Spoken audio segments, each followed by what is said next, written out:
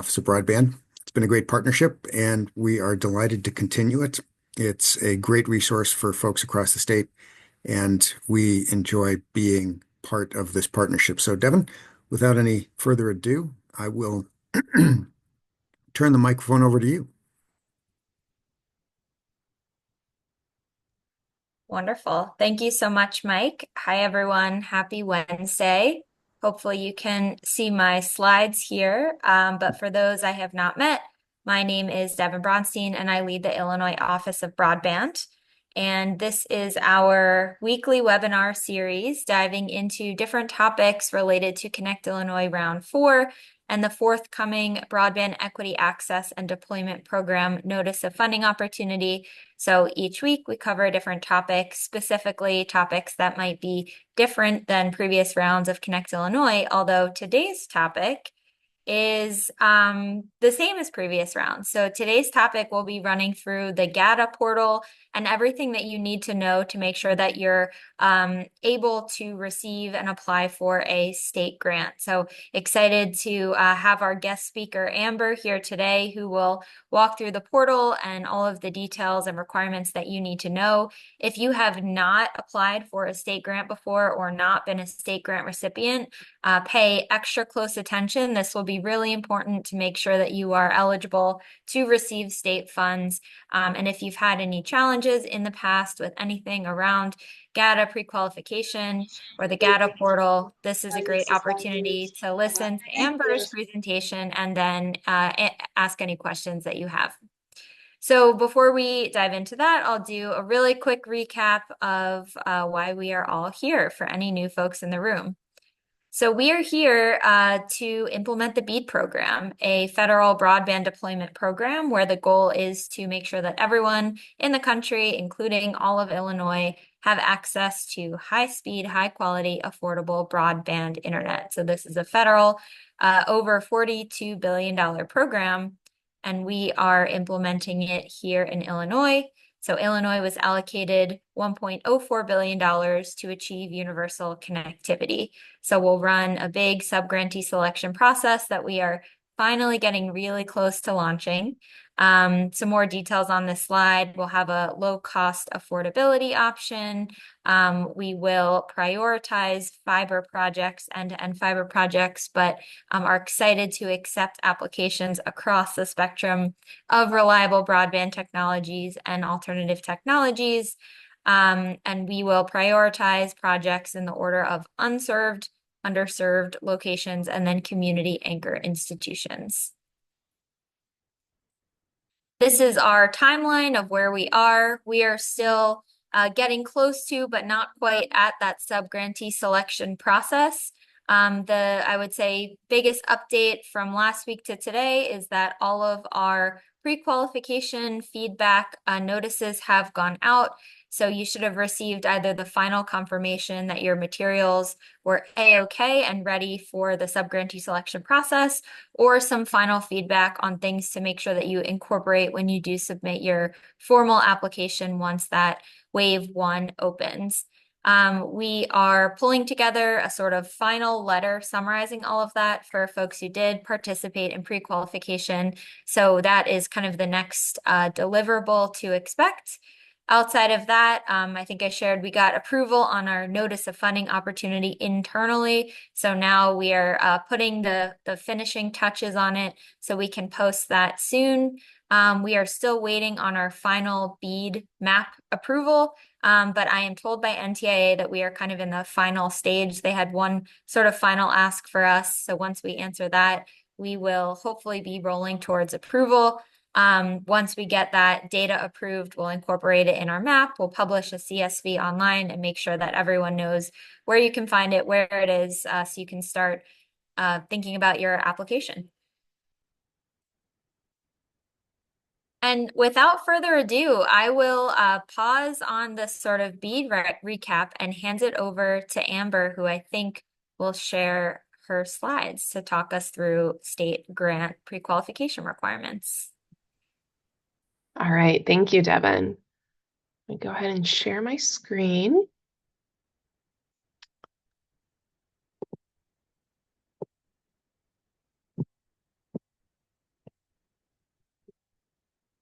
right. Looks like my screen is up. Looks good. All right. Thank you. All right, so like Devin said, my name is Amber Broughton, and I am a technical support manager with the DCEO Office of Accountability. So in this presentation, I'm going to be talking about GATA, the GATA grantee portal. I'll be talking about GATA pre-qualification and other requirements. So I will review the DCEO grant process. I'll discuss the Illinois GATA grantee portal. I'll go over the GATA pre-qualification requirements. I'll briefly discuss a notice of funding opportunity and what information you can find in that document. And then I'll discuss what to expect after receiving an award with DCEO.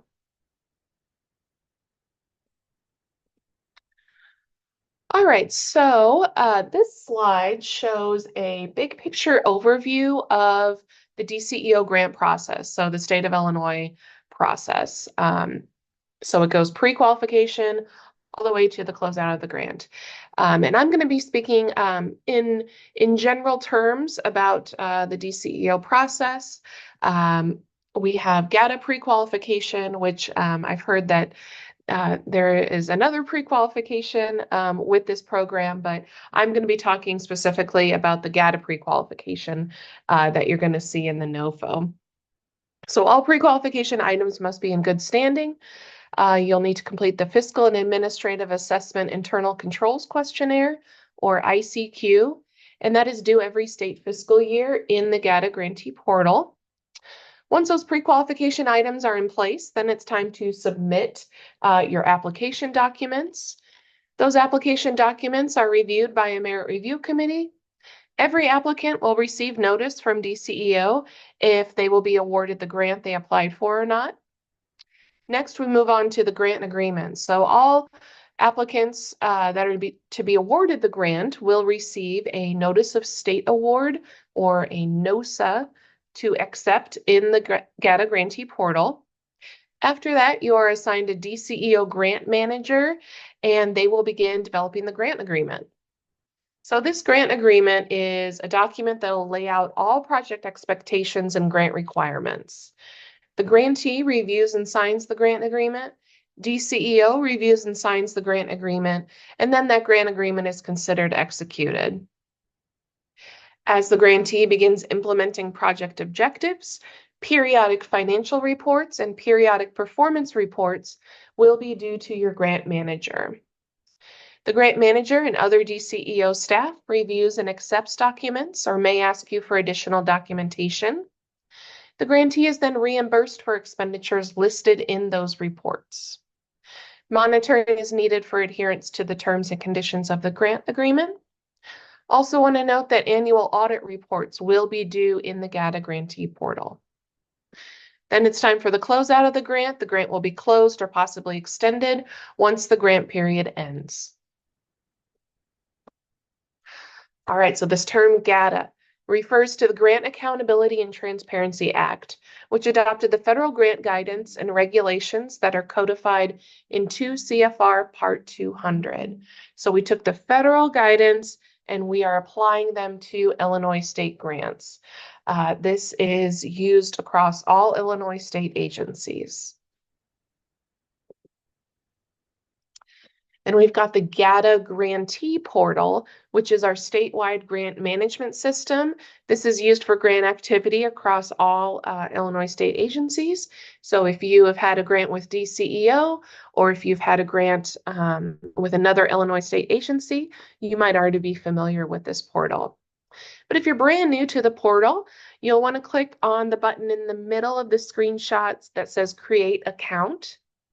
If you already have a portal account, you want to click on the button to the left that says Grantee Portal Sign In. My colleague Jason has added the link to the chat. We also have it on the screen. If you are brand new to the GATA Grantee portal, I highly recommend that you check out the GATA New User Guide. This is a PDF that contains step-by-step instructions for registering in the portal, as well as answering some kind of common questions, some troubleshooting stuff. So definitely check out this PDF.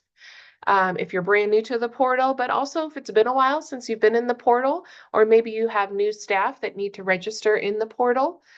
This is a helpful tool to keep on hand. I also recommend checking out gata.illinois.gov. This is a website created by the Grant Accountability and Transparency Unit at the Governor's Office of Management and Budget. This unit, they are the statewide experts on all things grants and GATA.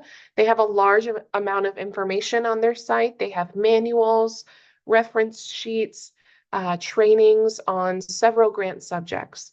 So if you're having a question or kind of want to take a deeper dive into something, I definitely recommend checking out that website. All right, so what do we mean when we say GATA pre-qualification? The state of Illinois has defined a set of requirements for all organizations seeking to receive grant funding. Pre-qualification demonstrates that the entity has met all of the legal requirements and obtained all the necessary registrations. So pre-qualification status must be obtained by the organization to apply, but you're also going to want to keep up that pre-qualification status. So it is something that you will want to check up on. This is a screenshot of how your pre-qualification might look like in the GATA grantee portal. There are a couple of items in red for this grantee or this applicant. The items in red require action by the entity and need to be addressed. So in this case, the entity, has a sam.gov account where there is an issue, and also the Illinois Secretary of State says not found. So as you can see, there's a help button to the right of each of those boxes.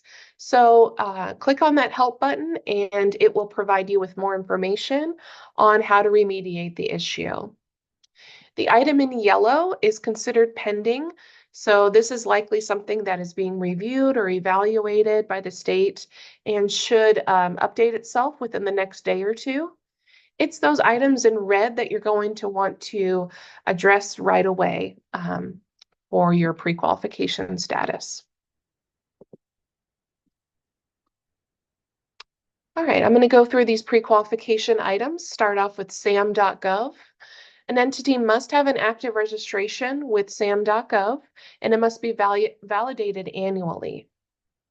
You'll receive a UEI number that stands for Unique Entity Identifier.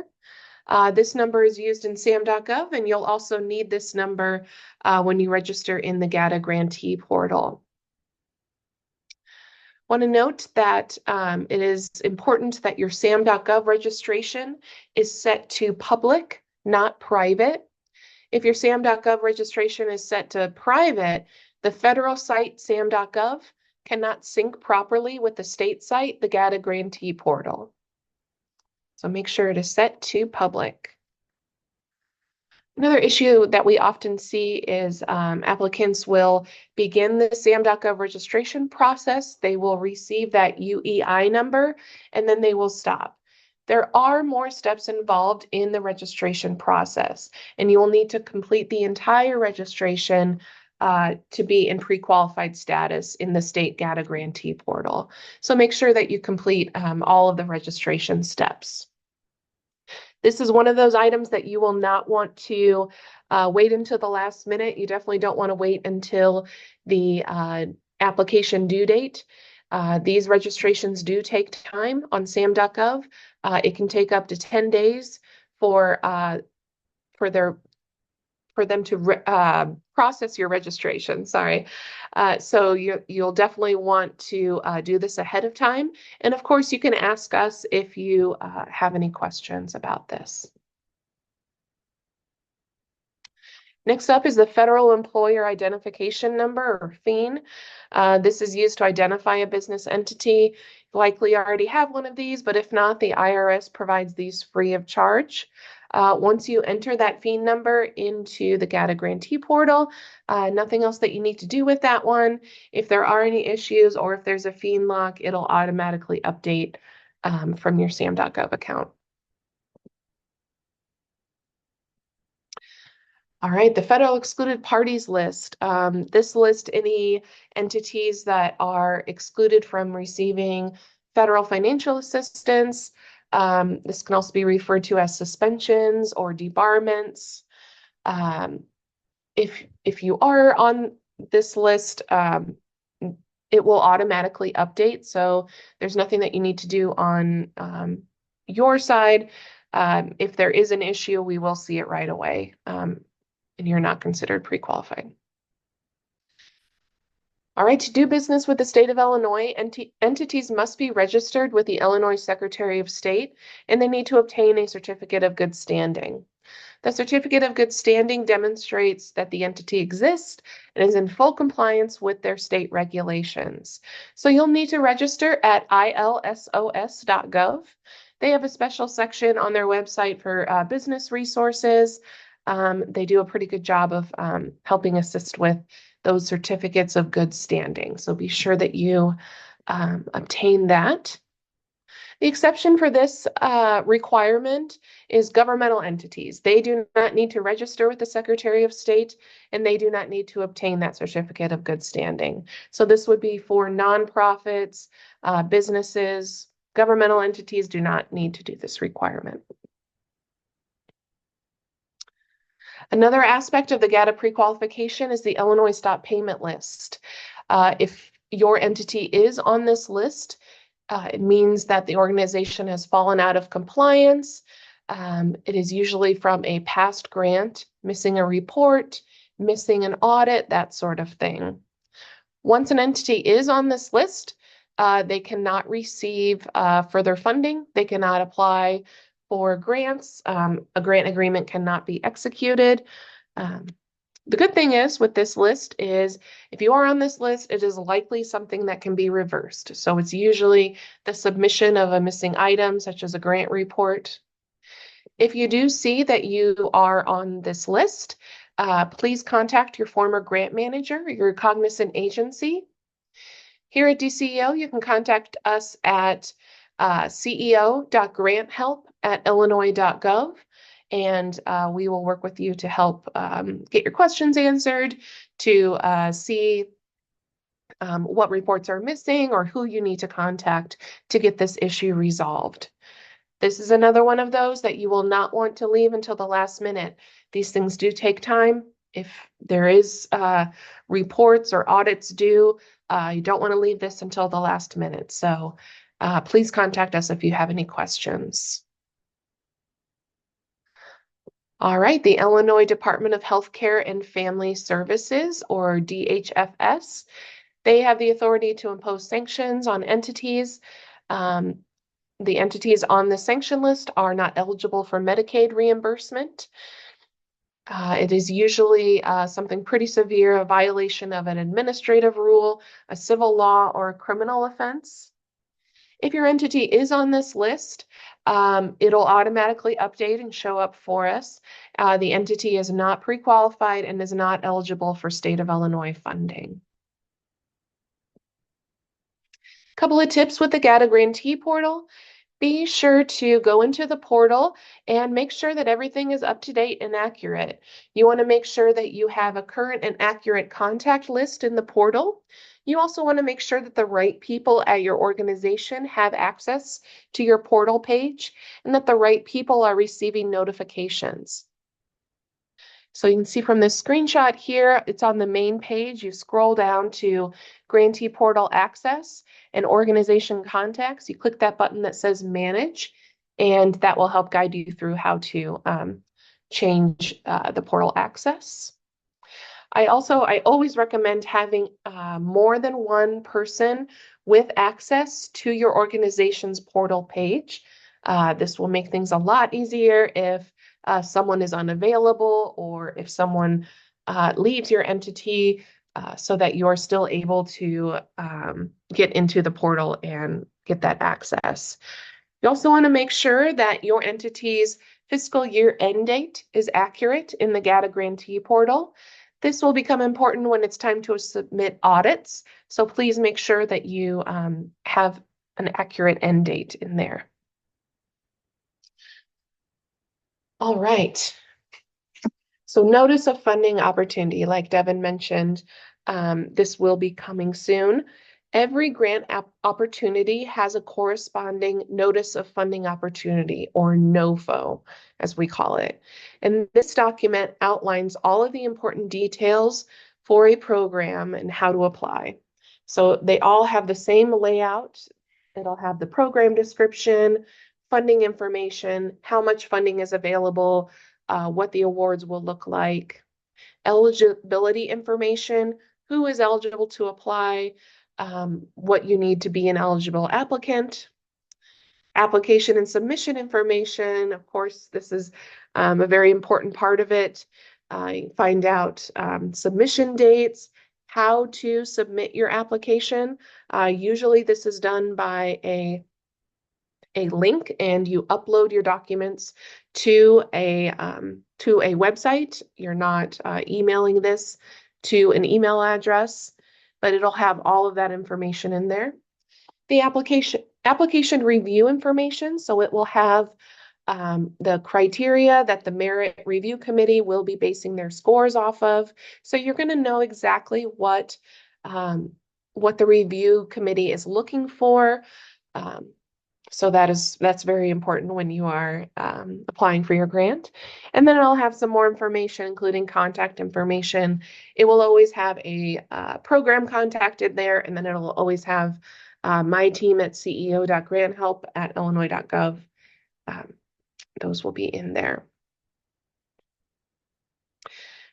You can also find other NOFOs associated with DCEO at our DCEO grantee resource site.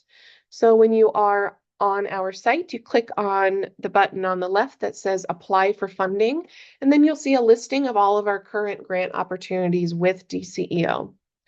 Once you click on the grant opportunity that you're interested in, the screenshot on the right shows the summary of some important information about that particular grant. When you scroll down to the bottom of the page where it says application documents, that first link that says NOFO supplement, that is what we mean when we say the NOFO document. So that is the document that will have all of the necessary information for that particular grant.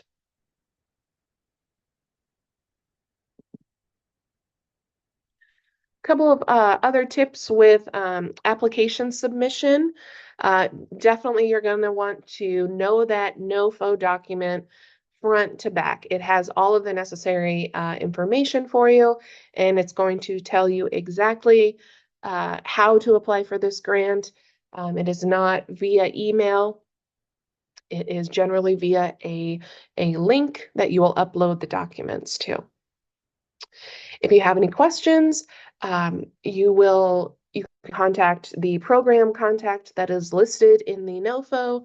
If you have any technical questions about the GATA grantee portal, about any GATA related topics, you can email us at ceo.granthelp@illinois.gov. Please take that hard deadline very seriously.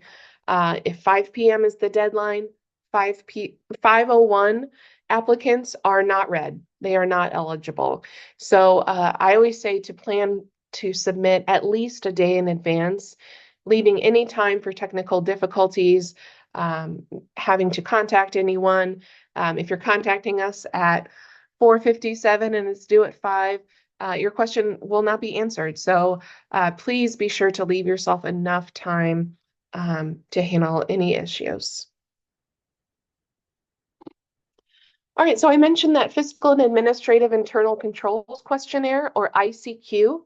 This must be completed in the GATA grantee portal annually, and this is to assess the grantee's ability to manage grants.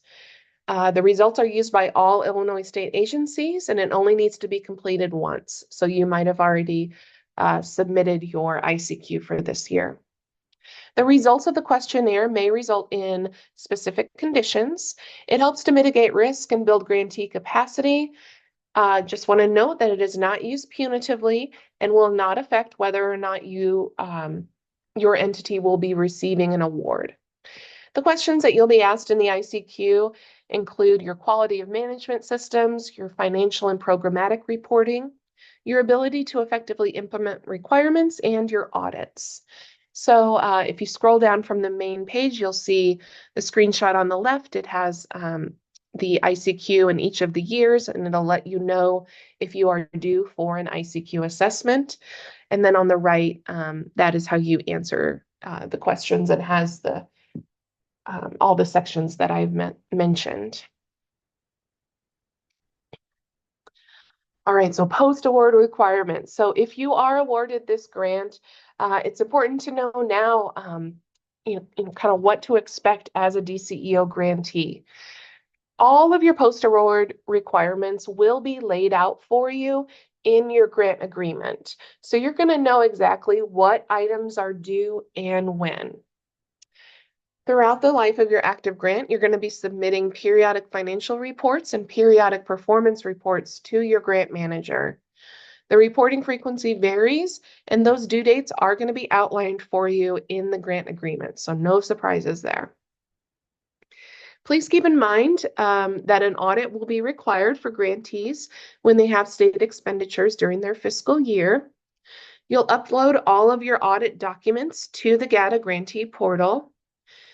Please keep in mind that there will likely be a cost associated with your audit that the grantee is responsible for.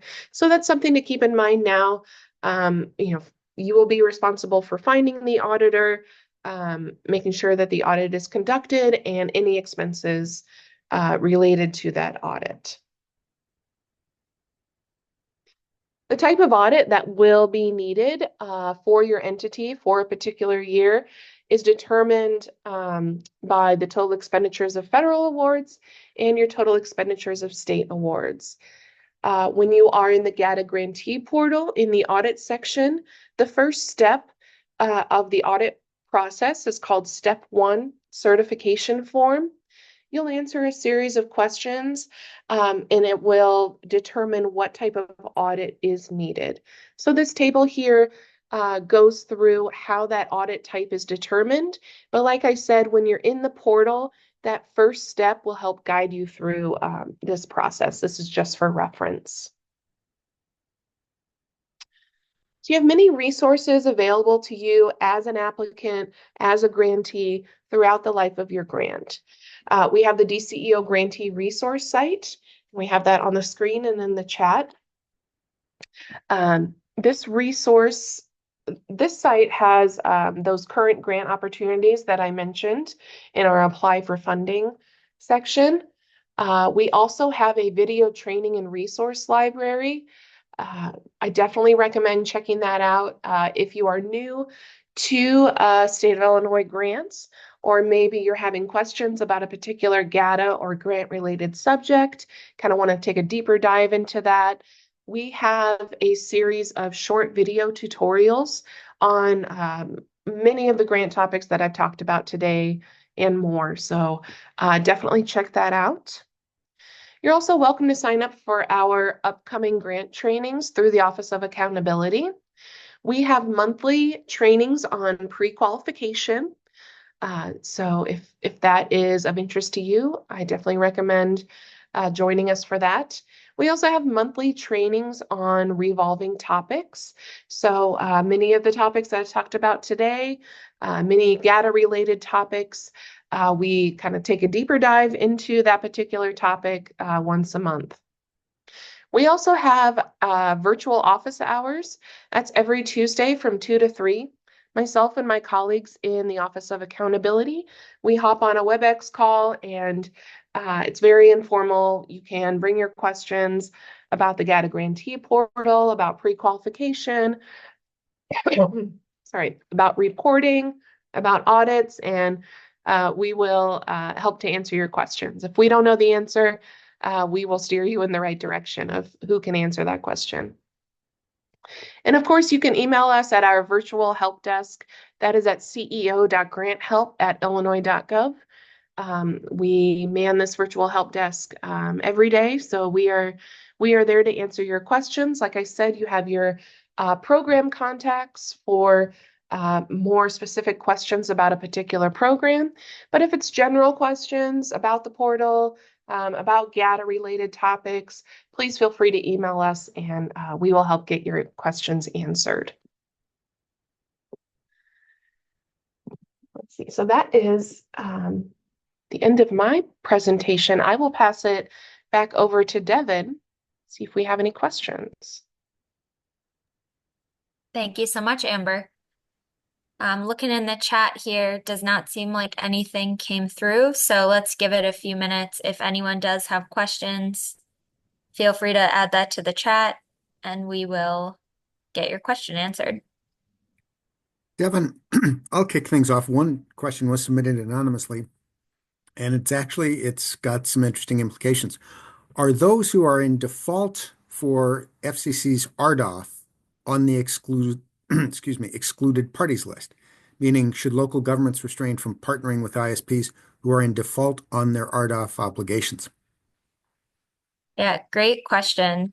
So, as part of our qualifications process, we ask applicants to disclose any projects that were not completed due to reasons, whether it's defaulting on an RDOF project or any other sort of inability to complete the project.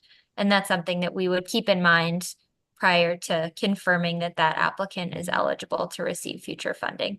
So, I don't think this would impact the state GATA process. But in terms of the BEAD program, eligibility is certainly a factor that will be considered. I hope that helps. Good to know.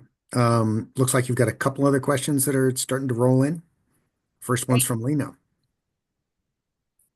Great, I can read it. Is GATA required for both for-profit and nonprofit? Yes. So every applicant that would like to apply for a state of Illinois grant needs to be registered in the GATA grantee portal, and they need to be GATA pre-qualified. Great. If you have a parent company or are a parent company, which entity should register? That might be a question for Devin, but whoever is applying for the grant, whatever entity will be the grantee, that is who should be registering. In the BEAD application, as a part of that qualifications process, we will ask for ownership information, so disclosing any owners, any entities with majority stake in the company. So I would agree with Amber that the entity that qualifies in GATA should line up with the entity that applies through the state office for the BEAD program. And that should be whoever is carrying out the work directly.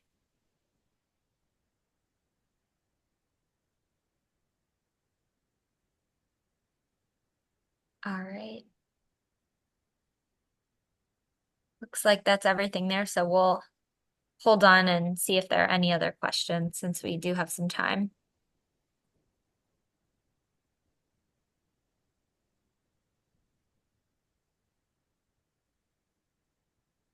I'll also add, so GATA pre-qualification, I know this is our BEAD weekly webinars, but if you are considering applying for a digital equity grant, when that opportunity is published, same thing applies. So GATA is required for it's a prerequisite to participate in any state grant program.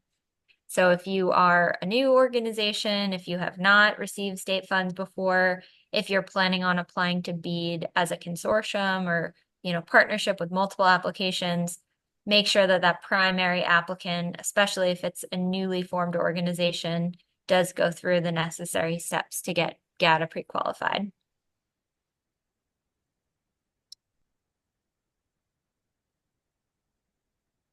How can we learn more about possible digital equity NOFOs? So a couple of opportunities, and I'll throw a couple of links in the chat. We have a bi-weekly newsletter where we share updates on how things are progressing, and that is where we announce any new NOFOs or other funding opportunities. So that's usually in the bottom of most of my recap emails, but I will just share it right now. And then I would also suggest that you fill out our intake form and select your type of organization. And this will help make sure that you get information that is tailored to you and is relevant to your organization type. So that link is also coming in the chat. We also have monthly digital equity updates calls the first Friday of every month. So if you're interested in joining those, just shoot me an email and we'll make sure that you get added. But those those links are also in our biweekly newsletters. So there's my email, and then any general questions. Here's our office's email, broadband@illinois.gov. And so we'll make sure that we get your questions answered. I will also point you to our FAQs, which I made a commitment last week that we'd update these on a weekly basis. So we have updated them for today. So I'll again throw this link in the chat. This is the link that has all of our past webinar recordings and slides. And at the top is a link called BEAD Q&A. So any questions that we answer in a webinar or over email, if they're applicable to a wide variety of folks, we do our best to get them in this FAQ document. So we're being consistent and everyone has access to the same information. So please consider that a resource as well.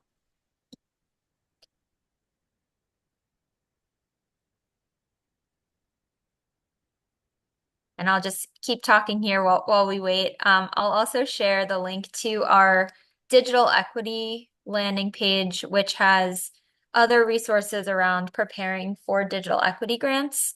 So we are working on getting approval again from NTIA to launch a Illinois Digital Equity Capacity Grant, which will fund initiatives like digital skill building, device giveaways, computer centers, coalition building, things like that.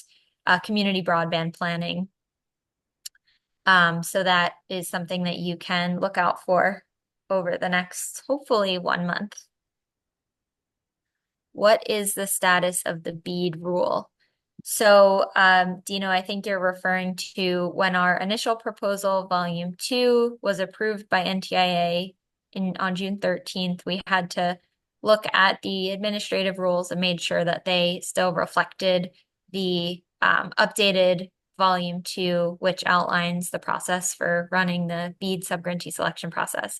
So we have submitted those revisions to JCAR. I believe we are sort of waiting to hear if there are any questions from the JCAR committee members. And if not, that will move into the next phase of the process. But I would say no material changes, just updated to reflect the volume 2 and make sure that everything is accurate and doesn't conflict. Those are accurate, or sorry, those are online if you needed a copy.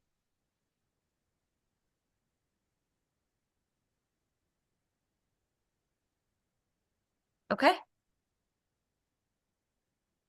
Well, if those are all the questions, then let's go ahead and close out early and give folks some time back. Excited for our next few sessions to start diving into what this NOFO actually looks like.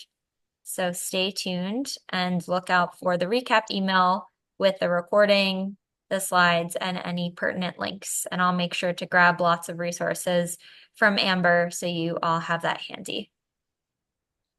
Devin, I'll echo Craig's comment. Thank you again to you and to the Office of Broadband for this terrific information and for being such a great partner. Look forward to the upcoming editions of the series. Thank you. All right, bye everyone.